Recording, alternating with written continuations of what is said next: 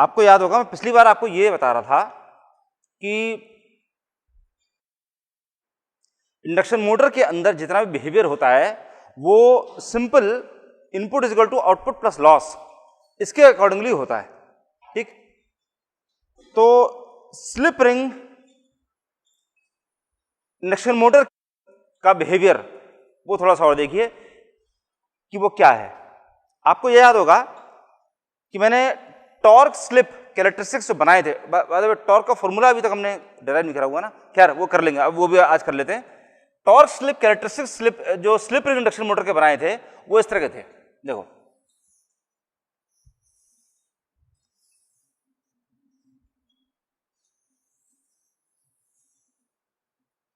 ये टॉर्क है, this is T max, maximum torque, और इसमें स्लिप है, स्लिप इस तरफ, स्लिप उल्टी तरफ बढ़ रही है, स्लिप इस तरफ बढ़ रही है, तो स्लिप यहां पर 1 है, यहां पर 0 है। जहां पर स्लिप की वैल्यू 0 है वहां पर एनआर की वैल्यू कितनी होगी? जहां पर स्लिप की वैल्यू 0 है वहां पर एनआर की वैल्यू, रोटर स्पीड कितनी हो जाएगी? मैक्सिमम, और मैक्सिमम कितनी हो सकती है? एनएस के बराबर। सिंक्रोनस स्पीड के बराबर ही रोटर स्पीड हो सकती है, रोटर स्पीड सिंक्रोनस स्पीड से ज्यादा नहीं हो सकती। And as you will see this is possible only in case of motoring mode. 3 mode होते हैं इंडक्शन मोटर के, ये डायग्राम पूरा नहीं है, इसके आगे भी है और इसके इधर भी है। स्लिप की वैल्यू 0 से कम, स्लिप की वैल्यू 1 से ज्यादा, ये पार्ट भी है जो हम बाद में देखेंगे। तो फिलहाल हम खाली इसके रेंज का देख रहे हैं। इसमें एनआर की वैल्यू, जहां पर स्लिप की वैल्यू 0 है वहां एनआर की वैल्यू हो जाएगी एनएस, जहां स्लिप की वैल्यू 1 है वहां एनआर की वैल्यू कितनी हो जाएगी? जहां स्लिप की वैल्यू 1 है वहां एनआर की value 0, that's correct. And this is the point which is known as, कौन सी कंडीशन कहते हैं इसको? Stand still condition.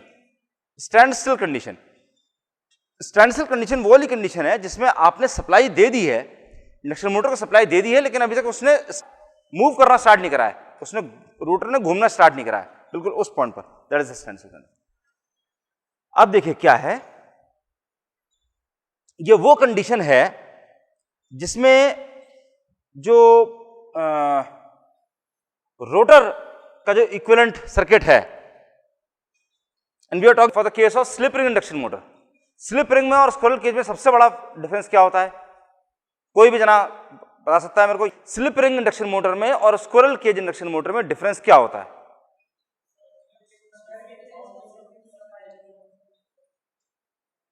S equal to ns minus nr upon ns. Slip is dependent upon the rotor speed. It's not the other way around. ऐसा नहीं है कि rotor speed is dependent upon slip. Rotor speed की जो भी value निकल के आएगी वो स्लिप की वैल्यू डिसाइड करेगी। तो रोटर स्पीड की वैल्यू अगर 0 हो गई तो स्लिप की वैल्यू कितनी हो जाएगी? 1। और ये 0 है तो ns अपॉन ns की वैल्यू 1 उनके बराबर होगी। तो this is the value for maximum torque. और इस टाइम, जिस टाइम ये आपको कर्व आपको मिल रहा है टॉर्क और स्लिप का, इस टाइम जो रोटर इक्विवेलेंट सर्किट है, रोटर का सर्किट वो क्या है? और इस टाइम मैंने ये चीज पूछी थी कि स्लिप रिंग और स्क्विरल केज के अंदर कोई डिफरेंस मेरे को बता सकता है? हाँ हाँ हाँ, वाइंडिंग हो रही होती है, दैट्स करेक्ट। इतना डिस्टेंस, ये बिल्कुल ठीक बात है कि स्क्विरल केज के अंदर कॉपर के बार्स होते हैं, एंड रिंग से शॉर्ट कर रखा होता है, और स्लिप रिंग के अंदर थ्रू आउट कॉपर वाइंडिंग कर रखी होती है।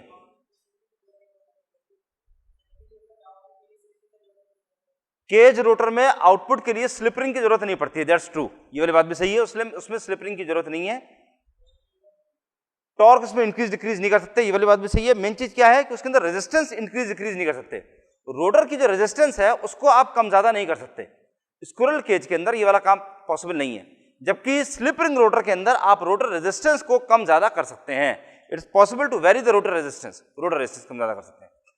तो मिनिमम पॉसिबल जो रेजिस्टेंस उसके अंदर है वो क्या है?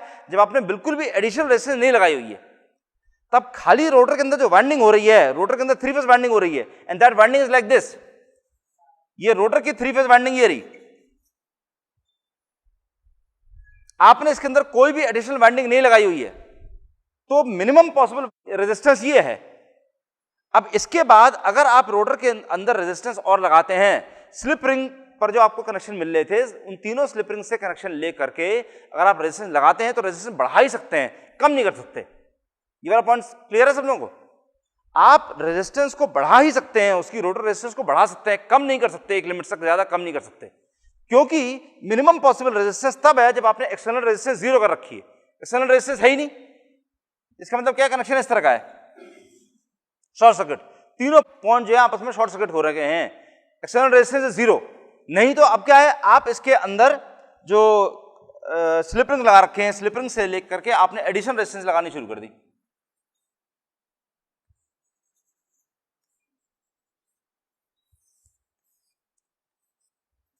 इसमें आपने ये वेरिएबल रेजिस्टेंस इंक्रीज करनी शुरू कर दी। जैसे जैसे रेजिस्टेंस इंक्रीज करते जाएंगे क्या होगा, वो वाली चीज इस पे देखिए। जब आपने ये तीनों पॉइंट शॉर्ट कर रखे थे, मतलब एक्सटर्नल रेजिस्टेंस की वैल्यू जो थी दैट वाज इक्वल टू 0, ठीक, उस टाइम मान लीजिए इसकी रोटर रेजिस्टेंस की वैल्यू वाज से R1। उसके बाद आपने थोड़ी सी रेजिस्टेंस इसमें इन तीनों थोड़ी थोड़ी रेजिस्टेंस डाल दी, then you get R2 where R2 is more than R1। फिर आपने क्या काम करा कि इसकी रेजिस्टेंस थोड़ी थोड़ी सी और बढ़ा दी, then you get the value for R3 which is again more than R2, similarly R4 which is more than R3, so on and so forth. आप उसकी रोटर रेजिस्टेंस बढ़ाते चले जा रहे हैं। जैसे जैसे रोटर रेजिस्टेंस बढ़ाते चले जाएंगे वैसे वैसे इसके टॉर्क स्लिप कैरेक्टरिस्टिक्स पर फर्क क्या पड़ेगा, वो चीज देखो। ये वो वाला कर्व है जिसमें R1 लगी हुई है। R1 क्या है, rotor resistance, that's all. Rotor की जो रेजिस्टेंस है, वेल R2, उसे R2 कहना चाहिए, क्योंकि R1 क्या है, R1 की जो स्टेटर रेजिस्टेंस होती है। सो लेट अस से this is R2, this is R3, R4, R5, ये कर देते हैं। R1 is stator resistance, R1 is stator resistance, R2 is rotor resistance, R3, R4, R5 this is additional resistances added to rotor, ठीक है। So R3 is equal to R2 plus some value, R4 is R2 plus R3 plus some value, R5 is R2 plus R3 plus R4 plus again some value, ऐसे, ठीक है। तो जब आपने R3 resistance कर दी, यानी कि R2 से ज्यादा रेजिस्टेंस आपने कर दी, तब उसकी वजह से कर्व कैसा हो जाएगा, it will be like this.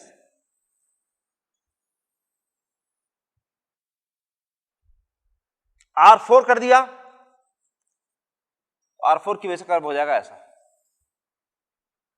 R5 कर दिया, करते करते मतलब R2, R3, R4, R5, R6, R7 बढ़ाते जा रहे हैं, बढ़ते बढ़ते एक पॉइंट ऐसा आएगा जब कर्व आपको मिलेगा ऐसा। अब इन सारे डिफरेंट कर्व्स की वैल्यू का पर्पस क्या है, वो चीज देखो। R2 से R3 में जब गए हैं तो ये चीज ध्यान दीजिए, R2 के केस में ये क्या है, कौन सी टॉर्क, वो हाँ स्टार्टिंग टॉर्क, वो वाली टॉर्क जिस टाइम रोटर स्पीड की वैल्यू 0 है। मतलब स्टार्टिंग टॉर्क क्या होती है कि जिस टाइम आपकी मान लीजिए बाइक है, बाइक जिस टाइम आपने किक मार के स्टार्ट कर दी, उसके बाद में आपने फर्स्ट गियर डाला है, जैसे जैसे क्लच छोड़ेंगे और एक्सीलरेटर देंगे वैसे वैसे उसको एक स्टार्टिंग टॉर्क मिलेगी। वो स्टार्टिंग टॉर्क उसको स्टार्ट कर देगी, उसको बढ़ाएगी आगे, मोटरसाइकिल को आगे बढ़ाएगी। तो वो स्टार्टिंग टॉर्क कितनी है, as you can see this starting torque is very low, बहुत कम होती है। ये चीज स्क्विरल केज के अंदर भी होती है, स्लिप रिंग के अंदर भी होती है। और क्या प्रॉब्लम है इसके अंदर, starting torque is too less, बहुत कम होती है।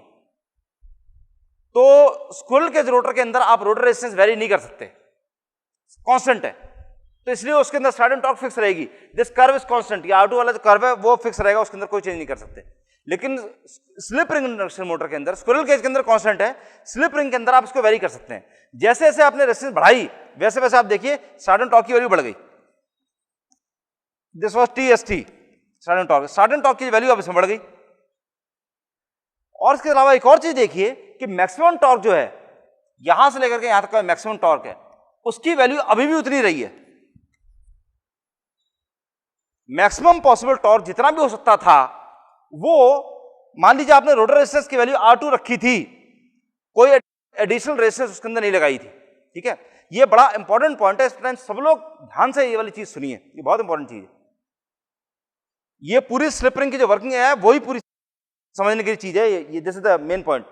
जब आपने इसके अंदर एडिशनल रेजिस्टेंस नहीं लगाई हुई थी उस टाइम रोटर रेजिस्टेंस की वैल्यू इतनी थी, जो भी R2 की वैल्यू थी, जो भी थी, और उस टाइम आपको जो मैक्सिमम टॉर्क है, मैक्सिमम टॉर्क T मैक्स, वो आपको मान लीजिए मिल रहा था, मान लीजिए NS की वैल्यू अगर 1500 है, 1500, तो लेट अस से कि this was available at 1350 RPM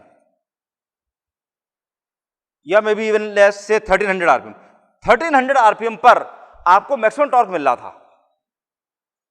जब आपने रोटर रेजिस्टेंस की वैल्यू बढ़ा दी है, R2 की जगह R3 कर दिया, उस टाइम क्या हो रहा है? उस टाइम उतनी टॉर्क आपको मिल रही है, टॉर्क की वैल्यू उतनी की उतनी है। The only problem is, the only difference is कि इट इज अवेलेबल एट से 1000 आरपीएम।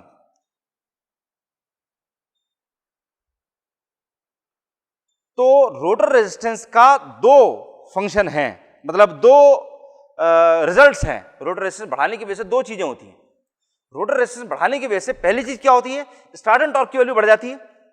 दूसरी चीज, मैक्सिमम टॉर्क की वैल्यू उतनी ही रहती है लेकिन कम स्पीड पर अचीव हो जाती है। मैक्सिमम टॉर्क जो था, जैसे पहले मोटरसाइकिल आती थी राजदूत, सुना किसी ने उसका नाम? राजदूत। उसमें 3 गियर होते थे, केवल 3 गियर, और उसकी सबसे बड़ी जो उसका एडवांटेज था वो ये था कि बहुत लो स्पीड पर वो बहुत ज्यादा वेट कैरी कर सकता है। इसका मतलब उसके अंदर टॉर्क बहुत ज्यादा थी। It had a lot of torque, it didn't have a lot of speed, speed नहीं थी उसके अंदर। मतलब जैसा फॉर एग्जांपल मेरी एक गाड़ी है जो इस टाइम बाहर खड़ी हुई है, देखिए आप लोगों ने, हाँ, उसमें बेसिकली क्या चीज है, उसमें और बची हुई कारों में डिफरेंस क्या है? इसको आप सेकंड गियर पे, क्या थर्ड गियर पे भी स्टार्ट कर सकते हैं, फोर्थ गियर पे भी मैंने स्टार्ट करी हुई है, ठीक है। तो रफली ये समझ लीजिए कि दूसरी नॉर्मल जो कार्स होती हैं उसके अंदर तो फर्स्ट गियर में आपको जितनी टॉर्क मिलती है उतनी टॉर्क इसके थर्ड गियर में मिलती है, सेकंड गियर में मान लीजिए सेकंड गियर में मिलती है। उसमें उसका फर्स्ट, इसका सेकंड दोनों बराबर है। अब उसके फर्स्ट के आगे सेकंड, थर्ड, फोर्थ, फिफ्थ उधर बढ़ाते जा रहे हैं। इसमें ये जो सेकंड इसका मैच कर रहा है, फर्स्ट गियर इसके पहले आया, उसके बाद 4 व्हील लगाने के बाद में उसमें जब लो टॉर्क कर देते हैं तो even you are getting even, मतलब लो स्पीड कर देते हैं तो ये गेटिंग इवन हायर टॉर्क, तो वो और इस तरफ और बढ़ गया है, you are getting more torque. More torque की वजह से क्या है, ये कभी कभार ये वाली चीज होती है, चांदमारी के टीले वगैरह पे कभी काम होता है, या सिकंदरपुर में वगैरह काम होता है, तो कभी कभार कारें वहां फंस जाती हैं तो ये खींचने काम में आ जाती है। This behaves like a tractor. अगर आपने इसकी हाई टॉर्क कर दिया, हाई टॉर्क वाला अगर लीवर लगा दिया और फर्स्ट गियर डाल दिया, 4 व्हील लगा दिया वगैरह वगैरह, तो बेसिकली क्या है, इसकी टॉर्क बहुत ज्यादा हो जाती है, तो it can pull a lot of weight. तो ये लो स्पीड पर बहुत ज्यादा टॉर्क लेके चल सकती है, बहुत ज्यादा। लेकिन ये नॉर्मल कार्स के अंदर ये वाली चीज पॉसिबल नहीं है, they can not pull that much amount of load. तो वो टॉर्क की चीज यहां पर है। स्टार्टिंग टॉर्क ज्यादा होने से बेसिकली क्या है, आप ज्यादा लोड पर मोटर को स्टार्ट कर सकते हैं। जितनी स्टार्टिंग टॉर्क आपको ज्यादा मिलेगी उतने ज्यादा लोड पर ज्यादा लोड डालेंगे और उस पर स्टार्ट हो जाएगी, ये वाला उसके अंदर फायदा हो जाता है। लेकिन इसके साथ में एक और चीज देखिए कि मैक्सिमम टॉर्क की वैल्यू उतनी है जितनी यहां थी, उतनी की उतनी रही। द ओनली डिफरेंस इज कि वो 1300 के बजाय 1000 आरपीएम पे हो रहा है। रेजिस्टेंस की वैल्यू आपने R3 की बजाय अगर R4 कर दी तो वही जो मैक्सिमम टॉर्क है उतनी ही आपको मिल रही है। वो अब इस टाइम आपको अवेलेबल है से 700 आरपीएम पे, कम हो गई। तो करते करते रेजिस्टेंस की एक पर्टिकुलर वैल्यू ऐसी आएगी कि उतनी मैक्सिमम टॉर्क आपको कितनी स्पीड पर अवेलेबल हो जाएगी, 0 स्पीड पर, 0 आरपीएम पर आपको मैक्सिमम टॉर्क मिल रही होगी। इसका मतलब क्या हो गया कि वो रेजिस्टेंस की वैल्यू ऐसी है when starting torque is equal to maximum torque. ठीक, ये वो वाली कंडीशन है। ये जो रेजिस्टेंस की वैल्यू है, लेट अस से Rx, ये Rx जो है ये वो वाली रेजिस्टेंस की वैल्यू है जिस पॉइंट पर TST starting torque is equal to Tmax। इसकी कंडीशन है। जब अभी रोटर रेजिस्टेंस, जब टॉर्क का फॉर्मूला डिराइव करेंगे देन विल फाइंड आउट कि इसकी कंडीशन क्या है। एज यू कैन सी ये कंडीशन तब आती है when S equal to R2/X2। ये नॉर्मल कंडीशन होती है फॉर मैक्सिमम रनिंग टॉर्क। और मैक्सिमम स्टार्टिंग टॉर्क के लिए कंडीशन क्या होती है कि R2/X2 इज इक्वल टू 1। इसका मतलब R2 is equal to X2। Rotor resistance और रोटर रिएक्टेंस जहां बराबर हो जाएंगी वहां पर आपको स्टार्टिंग टॉर्क की वैल्यू मैक्सिमम टॉर्क के बराबर मिल जाएगी। तो रोटर रेजिस्टेंस बढ़ाते जाइए, बढ़ाते बढ़ाते इतनी कर दीजिए कि X2 के बराबर हो जाए। जब ये R2 की वैल्यू X2 के बराबर हो जाएगी, उस पॉइंट पर आप जब मोटर को स्टार्ट करेंगे तो मैक्सिमम पॉसिबल लोड उस पर डाल करके तब उसको स्टार्ट कर सकते हैं, because you are obtained the starting torque equal to the maximum torque, ये मिल जाता है। हाँ,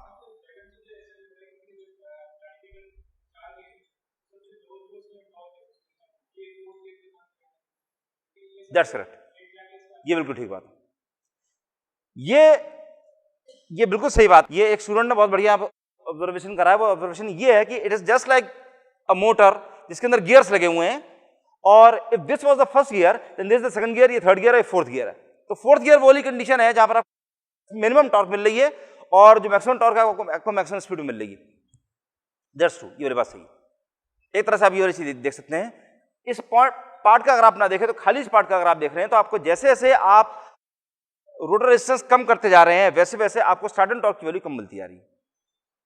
इन अ वे दिस इज ट्रू, इन अ वे, एक तरह से तरीके से ये वाला ऑब्जर्वेशन ठीक। तो ये स्लिप रिंग रोटर का स्टार्टिंग जो प्रॉब्लम होती है वो प्रॉब्लम इस तरह सॉल्व कर जाती है। ये इस पॉइंट पर बताना यूं जरूरी है कि इसी के बेस पर आप आगे डेरिवेशन करने वाले हैं। Although strictly speaking this part is in your second unit. Second unit के अंदर स्टार्टिंग प्रॉब्लम जिस टाइम कंसीडर करेंगे तब ये वाली चीज आएगी, but this is enough for. तो स्टार्टिंग टॉर्क की वैल्यू जहां पर मैक्सिमम टॉर्क के बराबर हो जाएगी वहां पर रोटर रेजिस्टेंस की वैल्यू x2 के बराबर हो जाएगी। ठीक है, as we can see shortly. अब देख लेते हैं। Torque is proportional to phi i2 cos phi 2। By the way this is capital phi, ये इस तरह का phi है, कैपिटल phi है, और ये स्मॉल phi है, छोटा वाला phi है। कैपिटल phi जो इस तरह का होता है और छोटा phi जो इस तरह का होता है। कैपिटल जैसे P और P, ये दोनों में डिफरेंस है। This is the flux phi and this the power factor angle phi, ये दोनों में डिफरेंस। ठीक, तो टॉर्क का जो फॉर्मूला होता है वो अभी ड्राइव कर देते हैं। यूल सी, प्रॉब्लम ये थी कि टॉर्क किस चीज की प्रोपोर्शनल है, ये प्रॉब्लम थी, तो विल सी दैट। तो torque is proportional to phi 2 i2 cos phi 2। ठीक, phi 2 as we know is proportional to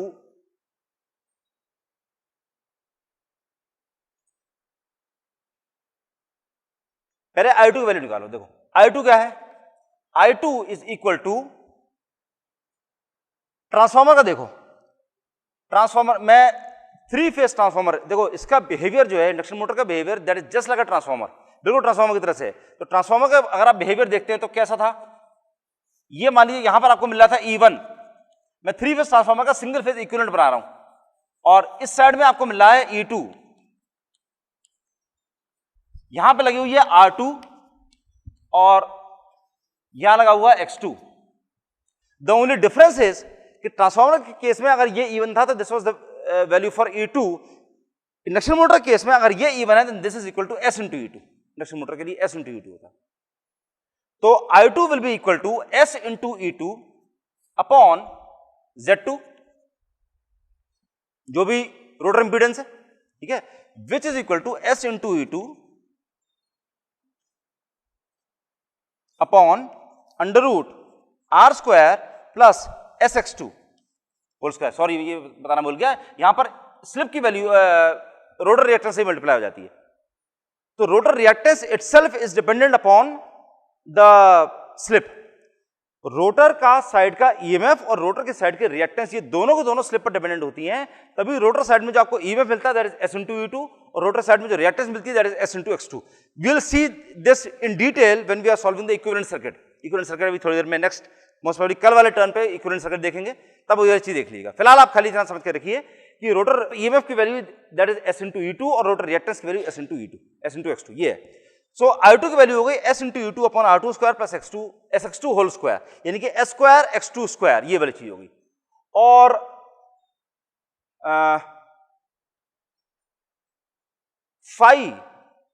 phi 2 is directly proportional to E2।